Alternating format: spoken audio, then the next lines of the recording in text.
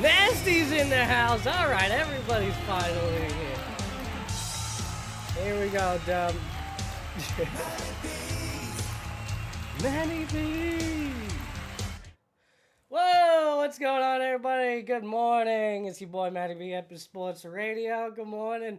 Good morning, Zero, Taz, Nasty, Mooncakes, Maeve. How you doing, Maeve? What's up, baby?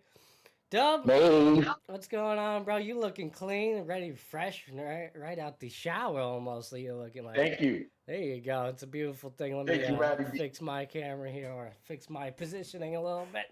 All right. Good Let's get morning, settled in. everybody.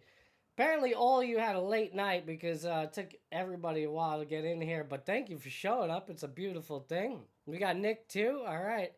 It's Maeve says hi, Dubby. Hi, Dubby. Hey, Maeve. Hey, baby. Oh yeah. What's going on, everybody? If you were tuning in to some of the sports action yesterday, you'll know that Duke goes down, and it was Florida that came out on top, right, Dub? Yes, indeed. Big games, big games. They're calling the Duke loss one of the craziest endings to a game in recent times. And I don't know about all that. To me, it was just a bit of a letdown from Duke and their prized possession, Cooper Flag. You know, all the talk we had yesterday, Dub, about him being the type of player that can play at an elite level, at an NBA level, and kind of came up short yesterday. I mean, he was getting his buckets, doing his thing, but down the stretch, big foul. You know, I don't know. It's hard to say. Could have gone either way in terms of the refs calling it or not. But You mean at the free throw line? at the free throw line, but Cooper's got to know that, you know, try and get an over the back rebound like that in that type of situation, you know, you run the risk of getting that foul. And then Duke themselves, you know, they couldn't hit the free throws they needed down the stretch, and you know, Flag had a shot right there in the end, pretty good look if you ask me, but you know, came up a little short. So. You know, that was my takeaway from it. You know, it was a great game. Duke seemingly was in control majority of the way, right? But came up short when it mattered most. And it's a good old team, man. Houston, right there. You know, big players. You know, grown ass men, if you ask me. And it kind of showed against Cooper Flag a little bit there, but. He seemed to hold his own still. I don't know how many points he finished with there.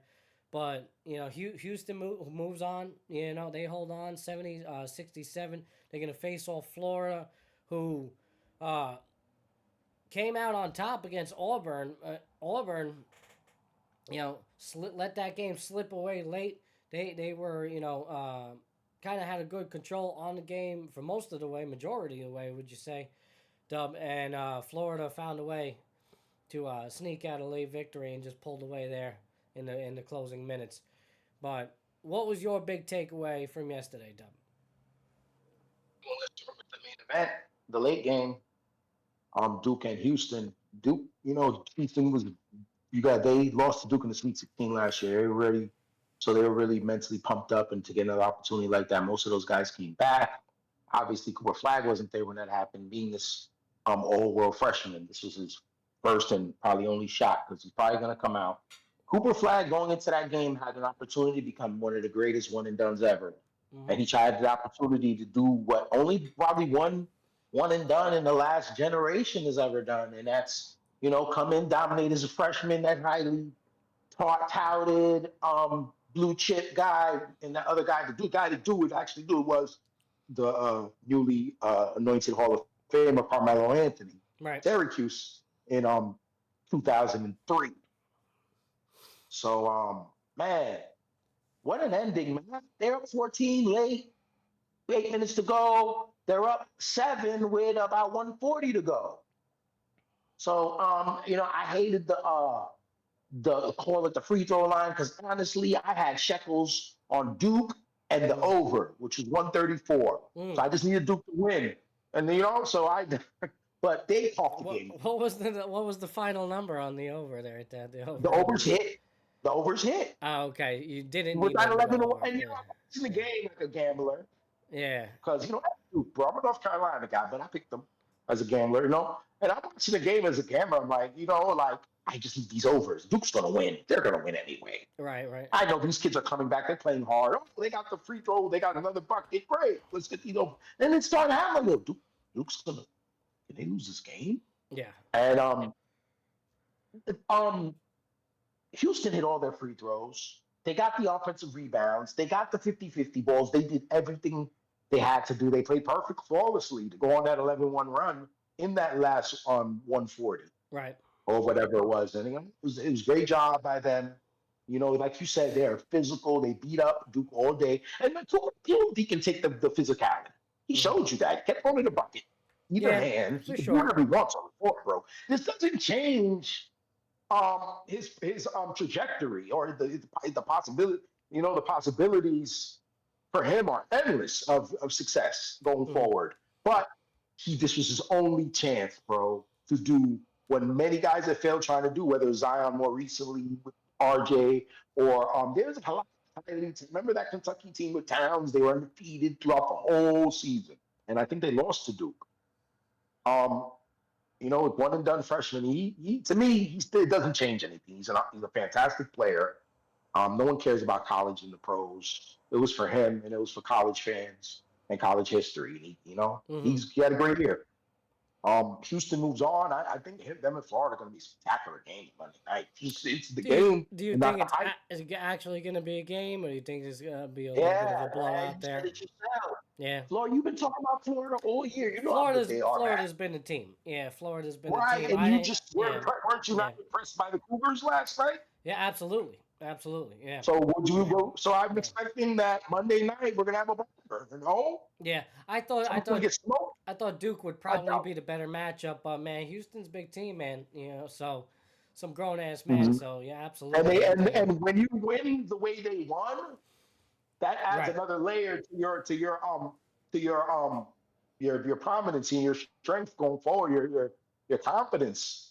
It's kind of so I haven't even sat and thought about that game and see where I want to lean to and look at it, but definitely. When's the game? When's the final being played for them? When is that? That's what I'm saying. It's tomorrow night. If we want to do the show, then we might. If you want to do our show, I would do our show at 10 o'clock. Well, you know what's going on tomorrow. Tomorrow's going to be the premiere show of the Mental Monday. Yeah.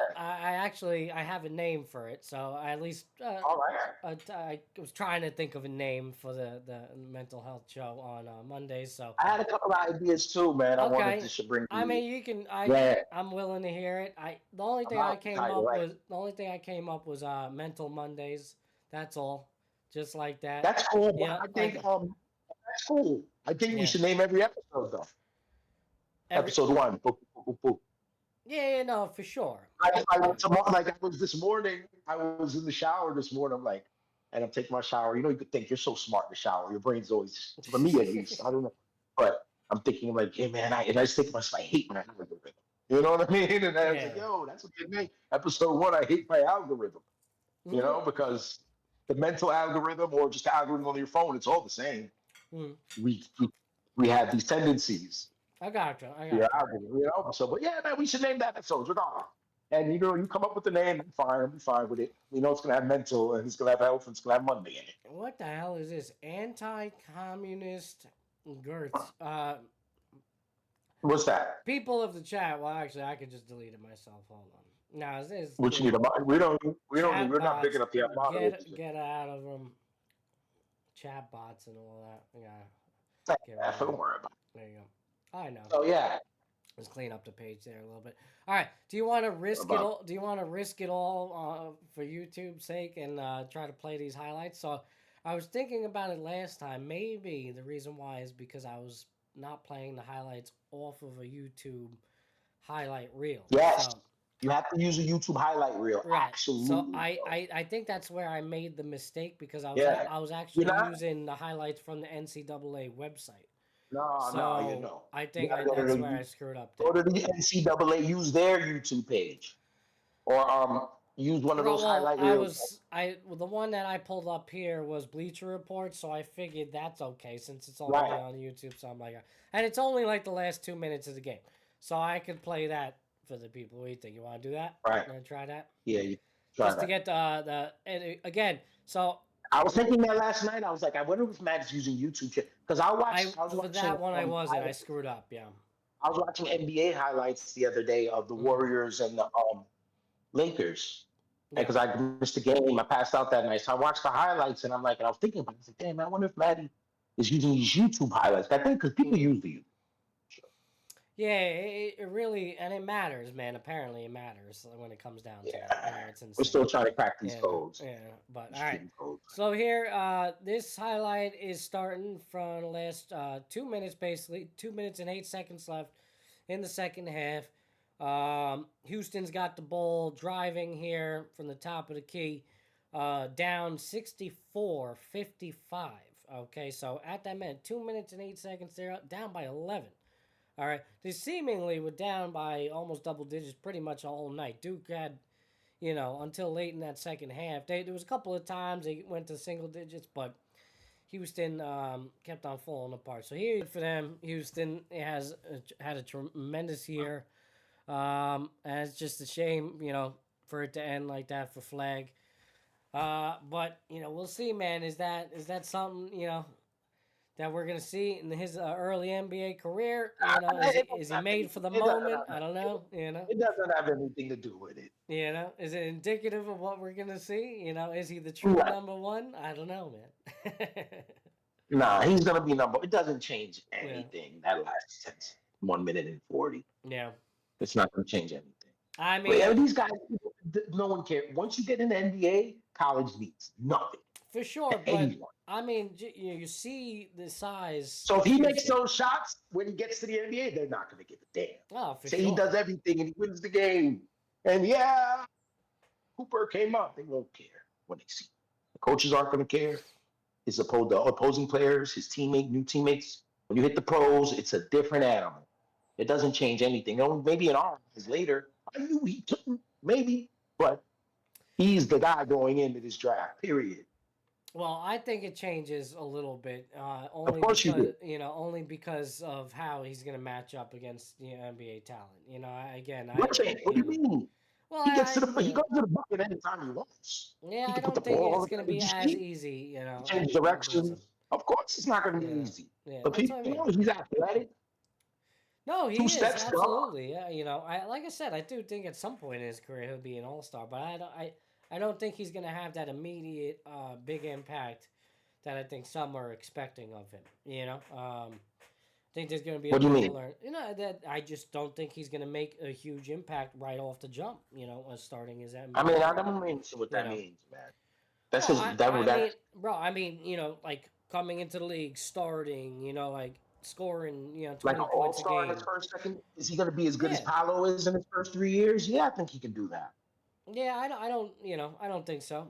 But I think there's going to be a bit of a learning curve for him.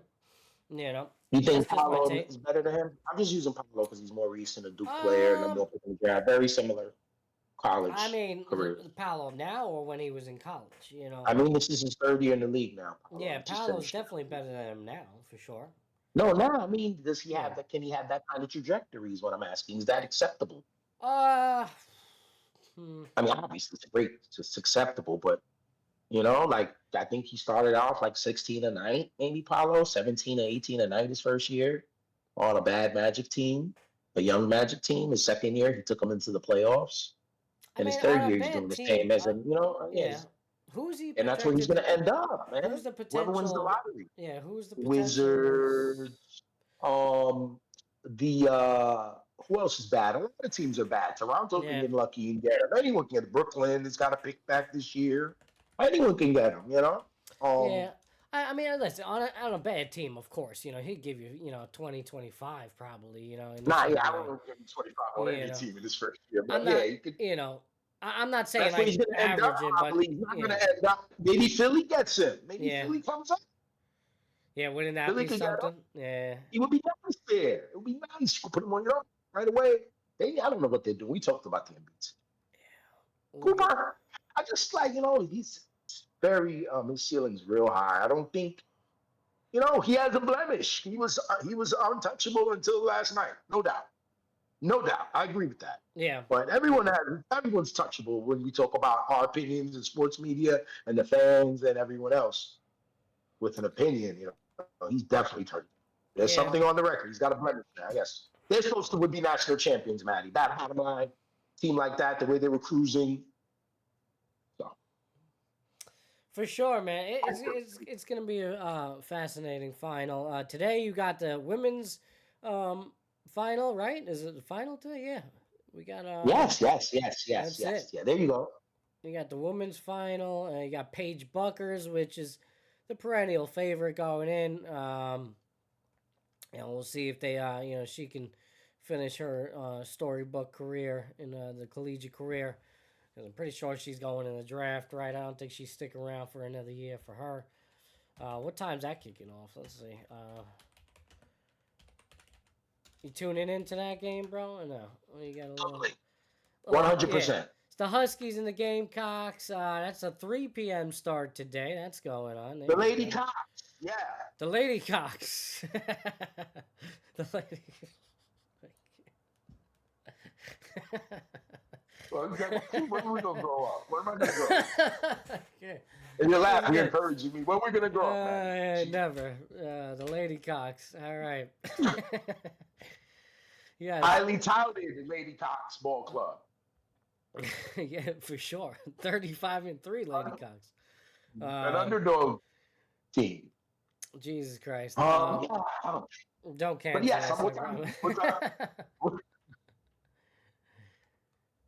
Yeah, that's a 3 p.m. kickoff start Thanks, for the game today. I'm looking good. I'm just seeing it. Oh, yeah, no, he mentioned that a while ago. I fixed it. I did fix it. Okay. I just got actually. I'm in good better shape than ever. I got the laptop, just using the Twitch with that. Forget about it. Yeah, well, use it for.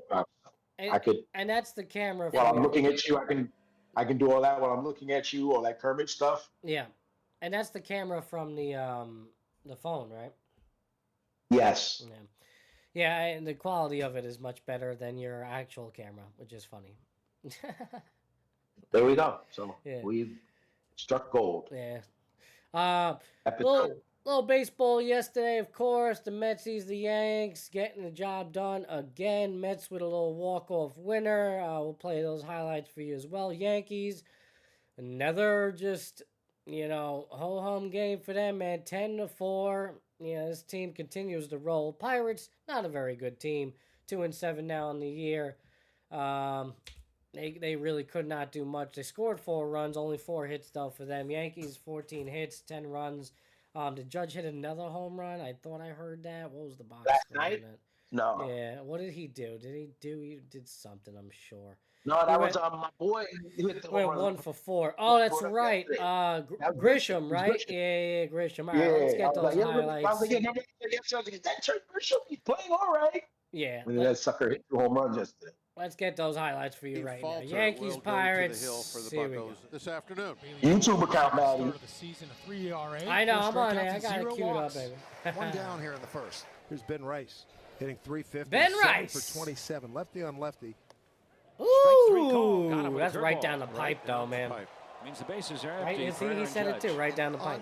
Unbelievable. Can't leave that right there. He's the first player ever to have 17 ribbies through 7 games. 17 ribeye steaks through 7 games. That's ridiculous. Along first bro. base, Valdez in the grass. Nope, it'll be the second baseman Frazier to call him off and make the catch to end the inning. There's a veteran right-hander, Marcus Stroman, in the middle of his. He's already like in that MVP discussion, the early MVP. Through 81 pitches, want to get that pitch count up to maybe 90. Frazier is retired, and now Brian Reynolds. First pitch to Brian Reynolds, swung on, hit to the left side.